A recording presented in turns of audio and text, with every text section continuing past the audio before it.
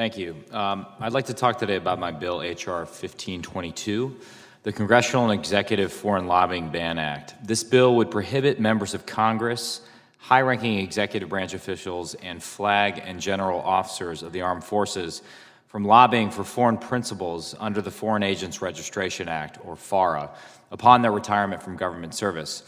Public trust, and we've all heard these statistics, in government has reached near all-time lows. Only 17% of Americans say they trust their government. In Washington, all or most of the time. That figure, just for historical context, was 73% when President Eisenhower was in office 60 years ago. Today, stories of foreign influence and lobbying increasingly dominate the headlines. Americans who are already skeptical of their government see highly trusted former government officials, representatives, and even members of the military selling their influence and reputations to represent foreign entities, including some whose interests directly contravene those of the United States. For example, numerous former representatives, senators, and executive branch officials have signed up to work on behalf of various state-directed Chinese interests, including Huawei and ZTE, Chinese telecom companies that are in a life-or-death struggle with Western-aligned companies for the future of global communications.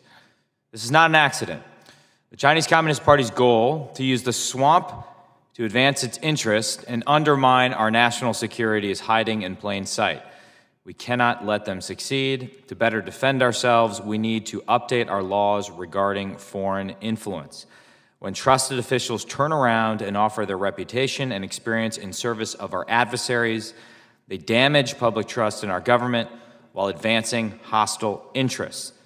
Therefore, my Congressional and Executive Foreign Lobbying Ban Act is a targeted reform that aims to prevent some of the worst abuses of access we've seen in recent years.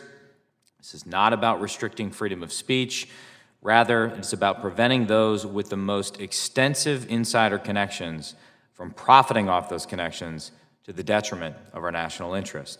Again, this ban extends only to former members of Congress, high-ranking executive branch officials, and flag and general officers. And I believe this legislation is a concrete step that should bring both sides of the aisle together. Passing this bill would show the American people that we are serious about doing away with some of the most egregious peddling of influence that we've seen in the swamp, and certainly the kind that most directly undermines our national security. So once again, I thank you for giving me this opportunity to speak here today. I hope we can get ahead of this issue, which I worry is going to get worse in the future as this competition with China proceeds, and I urge this committee to swiftly take up and pass H.R. 1522. Thank you. Thank you, Mr. Gallagher. I was remiss before. Do any members of the committee have questions for our witness? Hearing none. Thank you.